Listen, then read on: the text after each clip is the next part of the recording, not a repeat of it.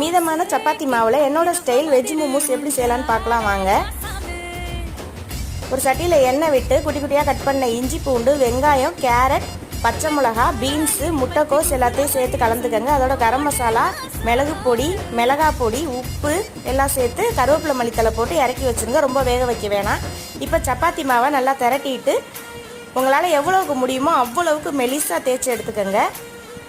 அதை ஒரு டப்பாவோட சேஃப் வச்சு ஒரே மாதிரி சேஃபில் எடுத்துக்கோங்க. கட் பண்ணி எடுத்த உடனே இப்போ சேலைக்கு மடிப்பு எடுக்கிற மாதிரி பாதி இதுக்கு மடிப்பும் மீத பாதியை அந்த மடிப்போடு சேர்த்து அப்படியே ஜாயின் பண்ணிட்டீங்கன்னா மோமோ சேஃபும் கிடச்சிரும்.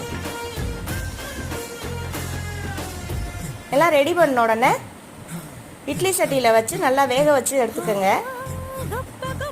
இப்போ நல்லா வெந்துருச்சு. சாஃப்டான மோமோஸ் ரெடி ஆயிடுச்சு.